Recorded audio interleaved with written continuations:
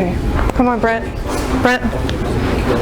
So can you hear me? I have this lapel mic. Is it working? Are you on?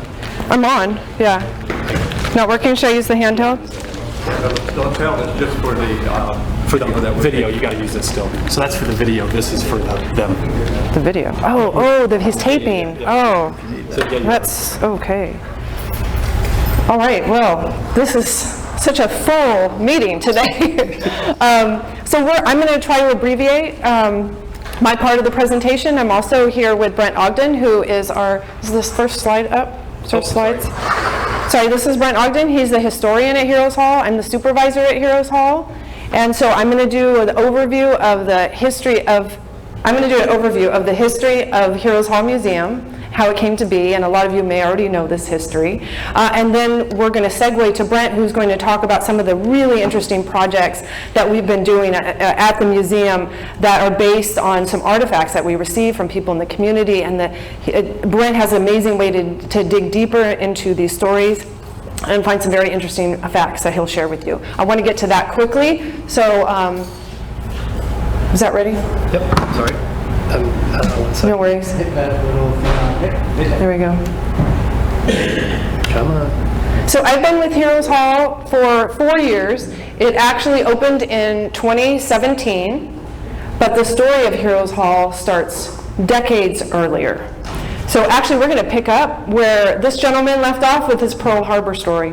So when Pearl Harbor was bombed, December 7th, 1941, the Army was in need, or the military was in need of pilots, navigators, and bombardiers so that we could fight the fierce Japanese and German Air Force. So you can move a couple slides forward. I'm trying right now. Oh, sorry, it's not working? There we go. That's the museum. It's on the grounds of the Orange County Fairgrounds next to Centennial Farm. And like I said, we opened in 2017. Then we're going to go back to Pearl Harbor. We enter the war. We need pilots, navigators, and bombardiers. So the military developed 3 large pre-flight training bases across the United States. One was right here called the Santa Ana Army Air Base, and it was the biggest of the 3. And it's where Costa Mesa is now, but Costa Mesa didn't exist at the time. And then the other 2 were in Texas and Tennessee. And they were pre-flight training. So there were no planes or airstrips. It was basically like basic training. So we can move to the next slide. So it opened 1942, and it closed in March 1946. It was huge, 1,300 acres. In fact, this church is on the old base. If you look at the map here, it was Baker to the north, Wilson to the south, Harbor to the west, Newport to the east. And there was over 800 buildings. It was like its own little town. It was massive. And it actually is responsible for the development of this area because a lot of businesses had to come in to support the troops. And so it just brought a lot of development around here. At any given time, it had as many as, at its peak, 26,000 cadets and civilians working and living here, bigger than a lot of the cities in Orange County at that time. Next. It's not going right. There we go. Is it smooth? So the initial mission was to classify, it was a classification center. So the new cadets would come and they'd have to be tested to see if they had what it takes to be either a pilot, a navigator, or a bombardier. So they underwent all kinds of tests for their eyesight, color blindness, coordination, temperament as well. You got to be cool under pressure. If you can imagine you're a pilot flying over Germany. And so nearly 150,000 cadets went through this base during the time that it was open. And this is that picture was of the altitude chamber, and if you passed out, then you obviously washed out. You couldn't be a pilot if you couldn't handle the altitude. They underwent very rigorous training in physical education, weapons, military customs and courtesies, navigations and maps, aircraft recognition, all the stuff that many of you have been through basic training, you know what that's like. So you can see here how to disassemble the weapons and things. Inspections, of course. So these are young men. We're talking about, 18-year-olds, and they're going to head off to war. So, and their training was like 17 hours a day. So in order to keep the morale up, they brought in a lot of big name people from Hollywood. The USO had amazing shows. You can see the crowd there for Duke Ellington in the bottom. So he performed here, as did Bob Hope, Gene Autry, and Joe DiMaggio was here, not as an entertainer, but he was actually part of he enlisted himself so he could serve his country. And he actually taught physical education at Saab, which was pretty cool. And then Judy Garland and all kinds of big name stars were here. So as I've worked here for 4 years, I've met a lot of the cadets that graduated from Saab and their families. And this is my favorite part about working at the museum, is I get to meet these amazing people that were part of this history. And so we created a section in our upstairs exhibit is all about the history of the Santa Ana Army Air Base. And so I made a section for the cadets whose stories I was able to learn about. And you probably recognize the first one there, David Hayward. He graduated from Saab. He was a part of Freedom Committee. I think he just passed last year. We really miss David. He was a pilot in the China, Burma, India area, and so we have his story featured. The next gentleman, Bud Kingsbury, has a really neat story. He was shot down over the Mediterranean Sea and parachuted out in time. The rest of his crew died, they perished. But he swam for 30 hours, according to his account, to get to the shores of Italy, where he was rescued by 3 young girls who took him in. But then the Germans found out he was there, of course, and put him in a POW camp. He spent the rest of the war in the camp. And after the war, his family tells me that he suffered from post-traumatic stress and survivor guilt because he was the only one that survived. So his story, and there's actually a video of the reenactment of what happened to him. His family worked with a filmmaker to create a reenactment story.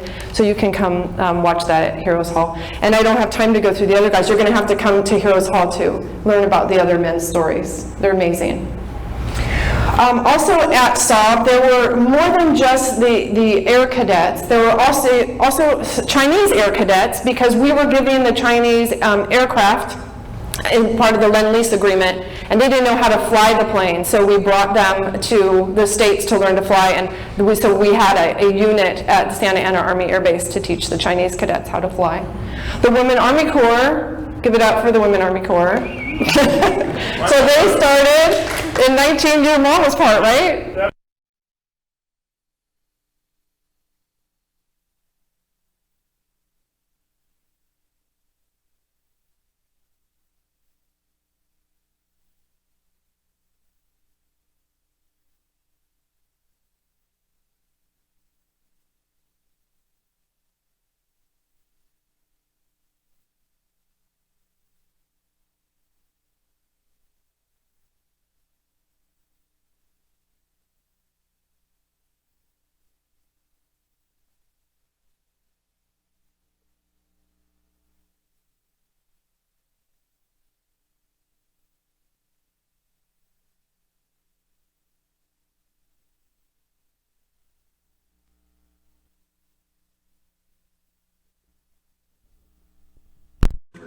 And the sad thing is we can't find a lot of photographs or information about what they did, so that's something that Brent has been, there's only one picture of an African-American troop on Saab, so that's a challenge for us to try to dig some more of that history out, and Brent's working on that. We understand that some Japanese Americans who were released from the camps, that when they came home and their homes were no longer there, that Saab housed them for a while until they could get reestablished. Brent discovered that for a brief time, some of the Japanese Americans in the military intelligence service, is that correct, Brent? Were actually did some training here and were at Saab as well. So there's a lot going on.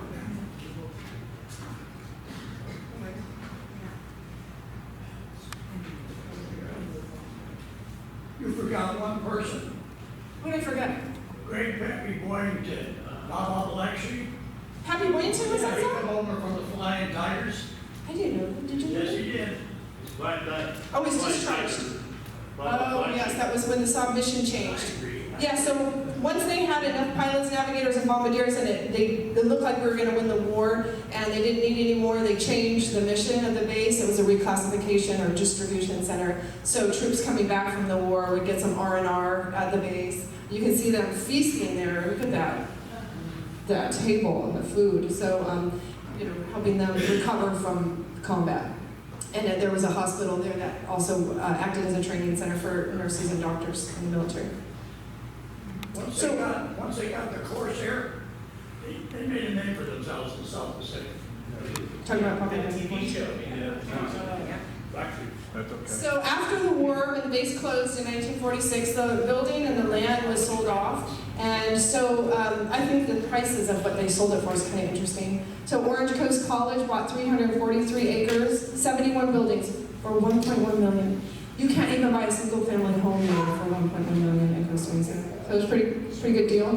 The fairgrounds where this building was, or the Heroes Hall building was, they bought, Orange County Fair bought 175 acres, 127 buildings for $130,000. The Segerstrom family bought some of the land, and Southern California Bible College, which I think is now Vanguard, bought land. And there are other places that bought the land, that's just a few. And some of the barracks were sold to veterans, and they dismantled them. And they would take the barracks to maybe another city, like in Santa Ana, and they'd build their house with the wood from the barracks. And we have a whole folder on one family that did that. It's really interesting. So this is just to show the dark red line around that section. That is the part of the base that the fair bought. And there's a star, I don't know, you can't see it very well. It says "You are here." That's where the building that Heroes Hall is in. It's located. So the building was used by the fair for many, many years, and it was called Memorial Garden. It was used for offices and exhibit space, and that's how it looked prior to being torn down. Or not torn down, but moved. I'll tell you the story of how that happened. A lot of you may have been part of this story. But the building, we'll go to the next slide now. The building was targeted for demolition because the fair decided to build out the Pacific Amphitheater, and so they were going to tear it down. But apparently Jack Hammett and David Hayward and a lot of other veterans, maybe some of you, said, let's save this historic building and make it into a veterans museum. And that's just what they did. And they had to move it. They moved it from one place on the grounds to another. So it's now between Pacific Amphitheater and Centennial Farm. And this is just a cool picture of the moving process. So it's now a thriving community, open in 2017, and we've had all kinds of amazing exhibits. Brave Mind, which was about using virtual reality for post-traumatic stress therapy. Victory from Within. In fact, I reached out to Scott when we were doing the POW exhibit. He gave me the names of some former POWs, and so we integrated their stories into the exhibit, including Edison Miller, who you can see there, and George Emerson, who we lost both of them in the last year, so we miss them. Our current exhibit is Fighting for the Right to Fight, the African American Experience in World War II, and I encourage you to come see it. It's a very powerful exhibit curated by the National World War II Museum in New Orleans. It's on loan to us until September. So it's very powerful about the struggles they faced and the accomplishments they faced during World War II. how about the Navajo Code Talkers? Yeah, the Navajo Code Talkers, we redid our exhibit upstairs recently. And we took, There's one still alive. there is. I would love to talk to him. But the stuff that's in our exhibit, it has been heavy on World War II, but everything we try to relate in the upstairs to Saab in some way. So this, we launched a speaker series based on that theme, fighting for the right to fight, because there were other groups throughout our history that have had to fight for the right to fight besides African Americans. And so we have a speaker series that has brought in other groups who talk about their experience. So we've had the Mexican American experience. Judge Frederick Aguirre talked about fighter pilots of World War II, Mexican American fighter pilots. Japanese Americans, the 442nd Regimental Combat Team. We had someone come and speak about them. And what else have we had? We've had like 5. The 688, the black WAC women who went overseas and processed the mail. Yes, sir? Yes, you forgot LGA, the big hangars over in Tustin. Yeah, I don't know much about them. I'm kind of focused just on, yeah, that's beyond, Brett would know about all that stuff. So this is a picture down the bottom of Don Miata. He is in his late 90s, and he was in the 442nd Regimental Combat Team. Still very, very fit and with it. I guess he golfs every day, almost every Tuesday. So he came and talked. Wonderful. Next. All right, so now we get to Brent's very interesting stuff. So since Brent came on, and he's got this amazing knowledge of World War II history, deep knowledge, and he's a great researcher. So he's expanded what we were able to do at Heroes Hall. We're not just exhibits now. People come in and bring artifacts. And Brent will look at that artifact and he'll go, oh, I know about that pin, and I know what unit he was in.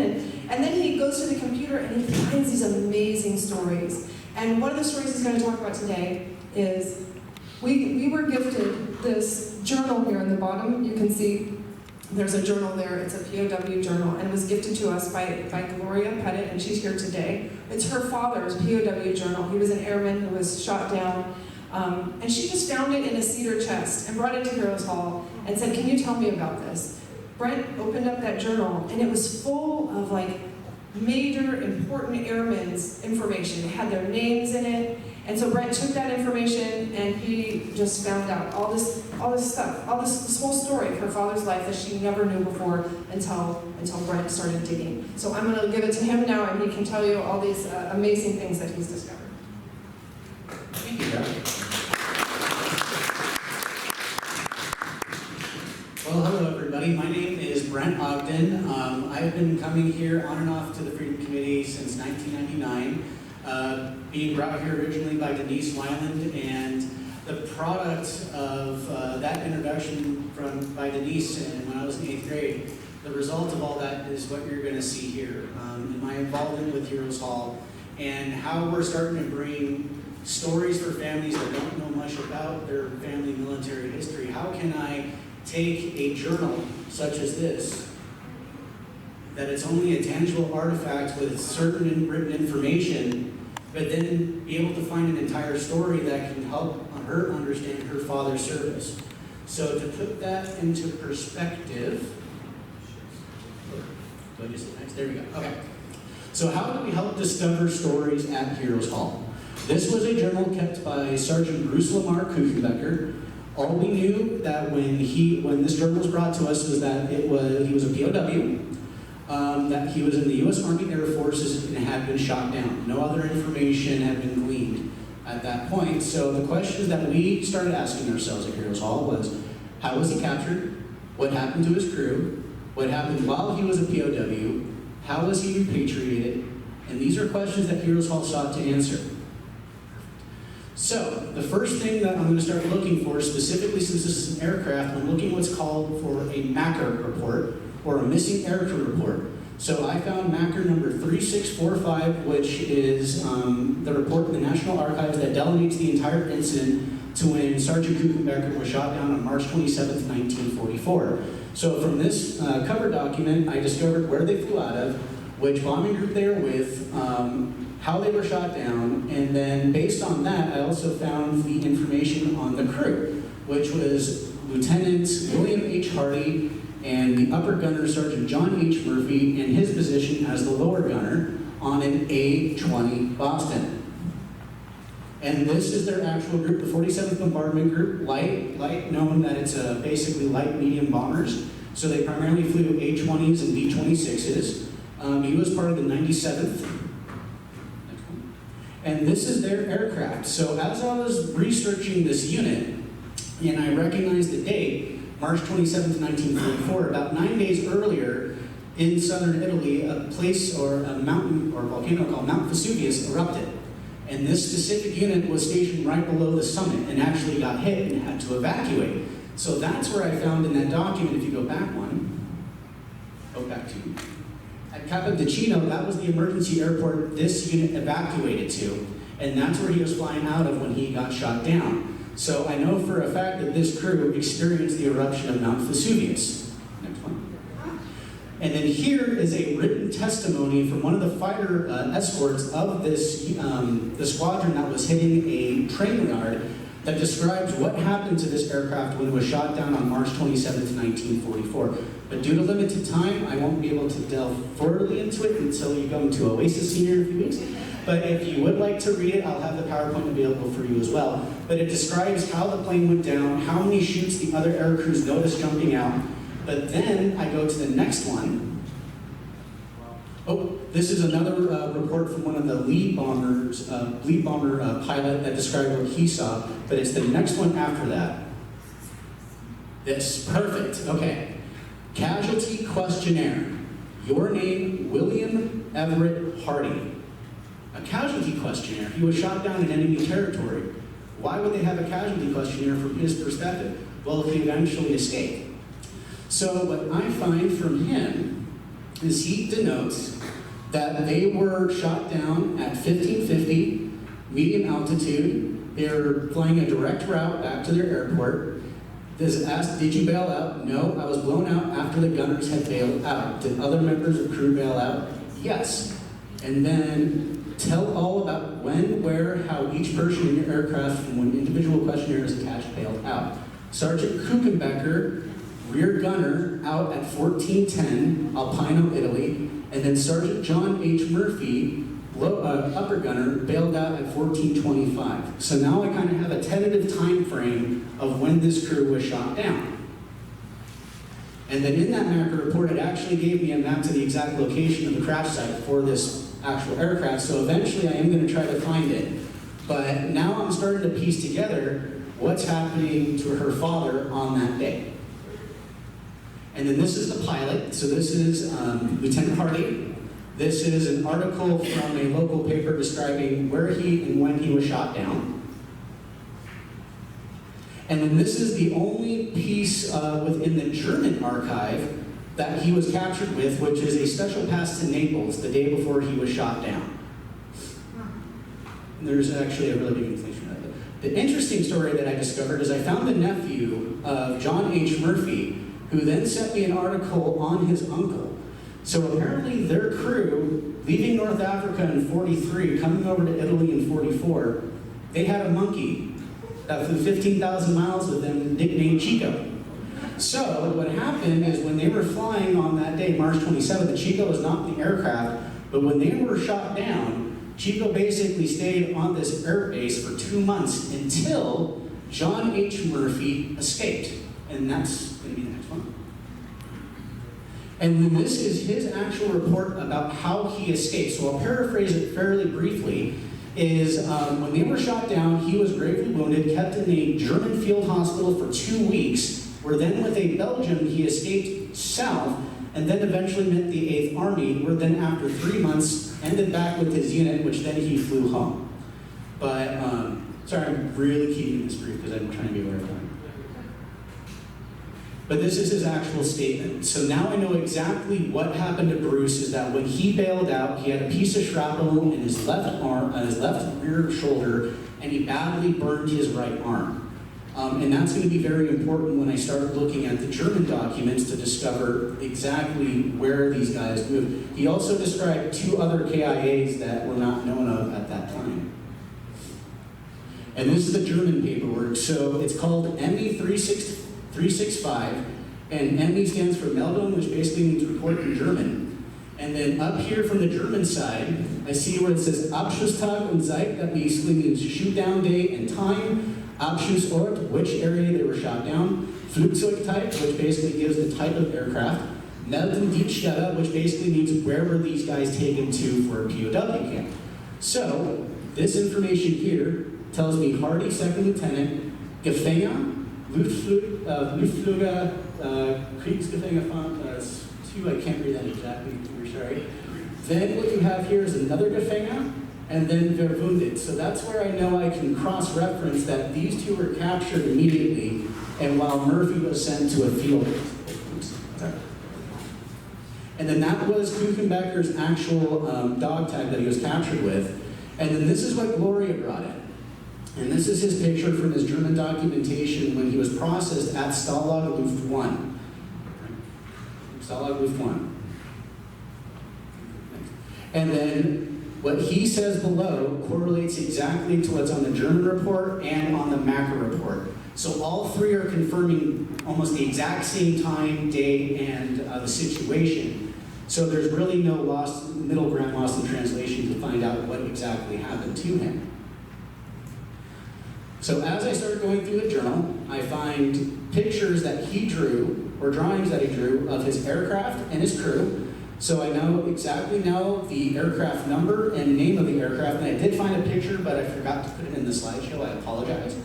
But as Carol mentioned, He also has a lot of interesting information throughout this journal, including this war correspondent, Louis Bennett, who the day before he was supposed to go home, right? Or, yeah, it was basically a coin flip where he was going to try to go on a mission to take some photos, and he won the coin flip. But he won the coin flip to go on this mission, but was shot down that day. So that's where we have that name and know a little bit of that story. And then this is a self-drawing that he made of him being shot down on the 27th. And also a lot of aircraft drawings. He was very into aviation. And then this is a rendering of his barracks room, Block B at Stalag Luft 1.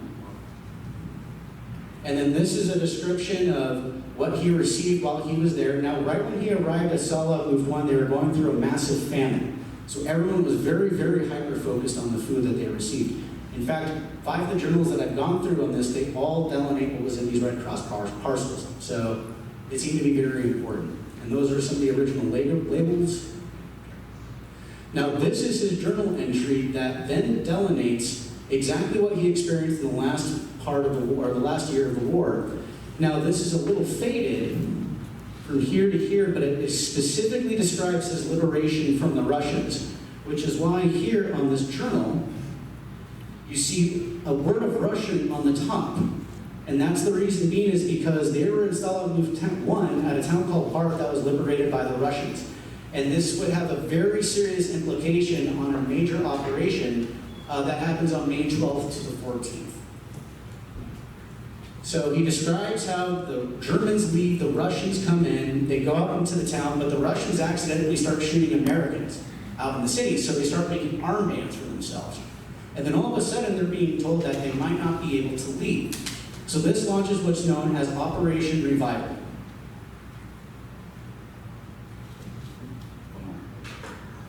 Yes. So what I did is I found footage of this actual operation where her father is somewhere in here. If it plays, hopefully.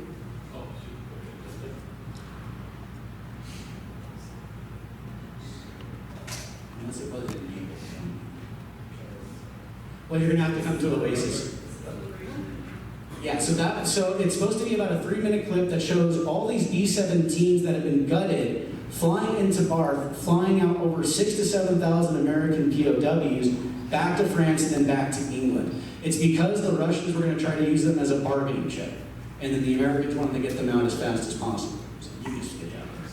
You're fine, that's fine.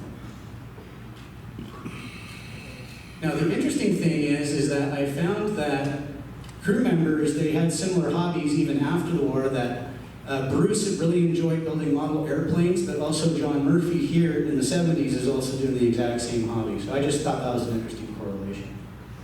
But then I also discovered an interesting story talking about different ethnicities and groups that served. I found one of the few actual Nisei that was in the same bomber squadron for the exact same amount of time as Bruce. So what he describes here is exactly what Bruce also would have experienced. And they're also kind of in the same position. He was an upper gunner while Bruce was a lower gunner, but you can see the 97th Squadron patch right there on the left-hand side of his A2. And I think he flew over 50 missions, or 33 missions.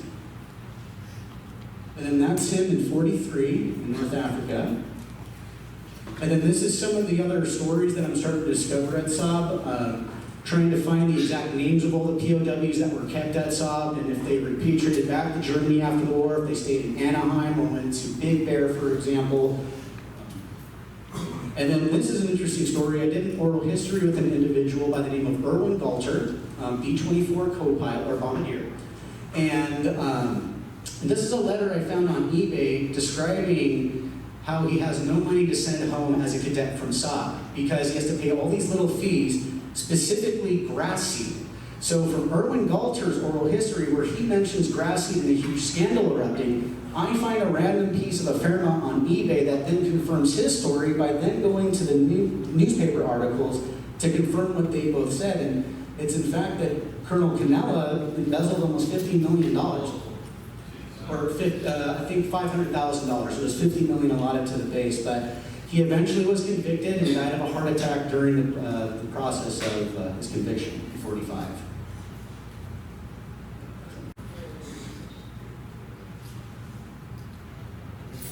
Almost done. So another interesting thing is finding out 442nd Japanese Americans internees that were discharged at the base, but we are also finding evidence of the military intelligence service operating out of the Santa Ana Army Air Base and Catalina Island. So as I'm delving further into that, it relates back to then to oral history we actually performed yesterday with the Japanese American who served in the Korean War with the 521st MIS in December of 1950. So it's going to be kind of interesting to make that connection. But real quickly, this is kind of where I wanted to show everybody what we've really been working on, which is our oral history project. A few of you here I've actually interviewed, like Bill Stewart, Billy Hall. I used to be in a band with Frank Pangborn and interviewed Sid, and been working with Denise Wineland, Doug. And so the purpose of this project is I want the people who visit our museum to remember your legacies, to honor your legacies of what does it mean being an American, what does it mean to serve. And so I've just compiled a brief example video that kind of shows our progress over the last 6 months with different technology, but how we're meeting that mission. And I think, yeah, Alt-Tab. Okay, Alt, and then Tab. And keep pressing that until 1, 2. And then just expand and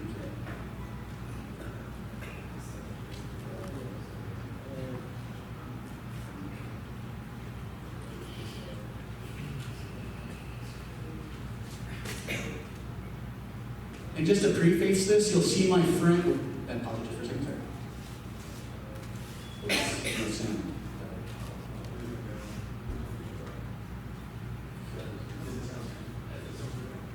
Just to preface this, I will have one of my friends who I interviewed a few years ago, Casey Rajeski. He did come to a few Freedom Committee meetings, but what I wanted to highlight was even though I did his oral history outside of Heroes Hall in about 5 years prior, we eventually did integrate his story into an exhibit there on his service in Afghanistan and as a dog handler.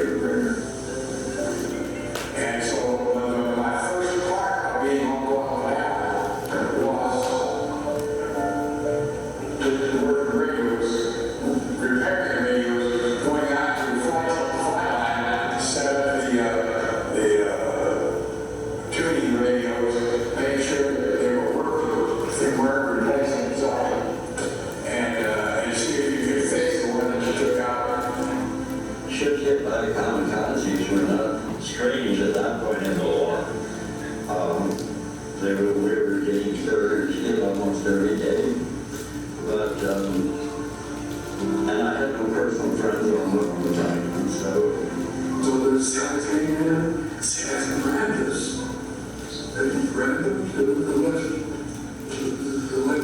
horizontal, took it off, and this is where his prop hit,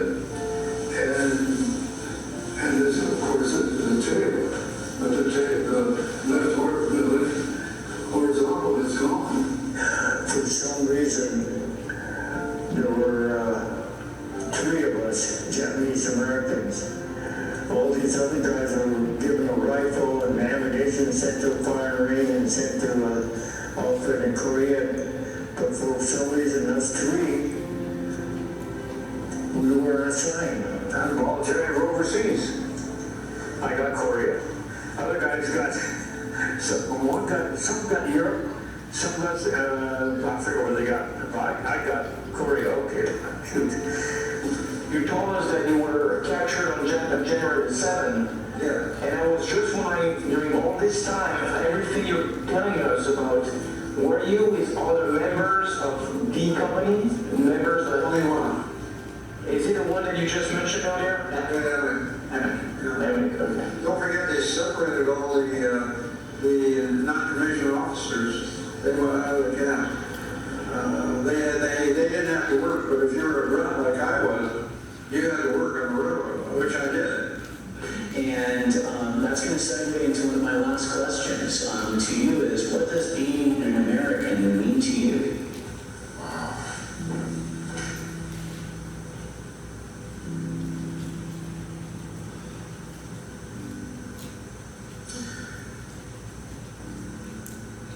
Coming from the Delta of Mississippi, coming from parents that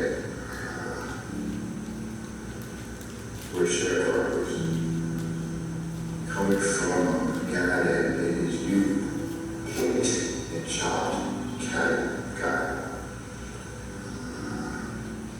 and to end up being a sergeant major in the United States Marine Corps and the highest level that you can serve as an enlisted man, to have a major supporting career under his belt, to have competed to be the sergeant major of the Marine Corps. There's only one place I think in the world that could have happened, and that's in the United States of America. I think that my service to the country is not only for me, a black lady, white lady, red lady, blue lady, but what this country started out that we serve the railroad and the liberties that every human is supposed to have is embodied in this country. Exactly. They were going here the first day before, and he was a monster. At that time, well, they had to change the cows first. It's on the plane, circle, and then it landed. And then that's what came in. It landed in a lot of noise, big planes. And they turned, they had to put the turn everybody was waiting. And that's what it was there. And when they turned, well, the tail assembly was a huge American flag. And I cried. Tears came down. I was so glad.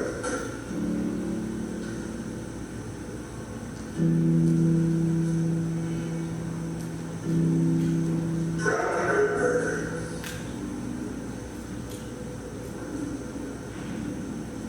People from other countries were there. And they saw that.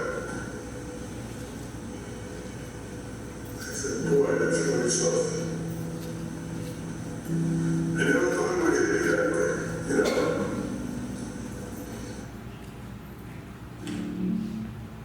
So that was just supposed to highlight kind of the quality of our videos that we've been shooting over the last 5 months, and to where we're ending up now.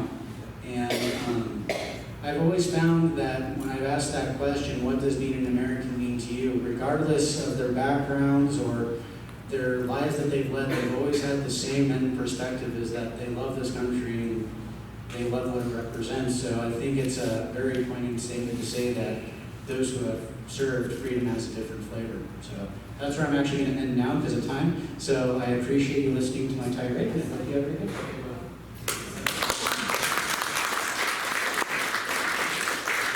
Real quick question. I'm going to take liberties and ask one question. When you got this, so all that other information that you showed today was ancillary to this book. You didn't find it in this book. Where did you find out, real quick, where did you find all that information?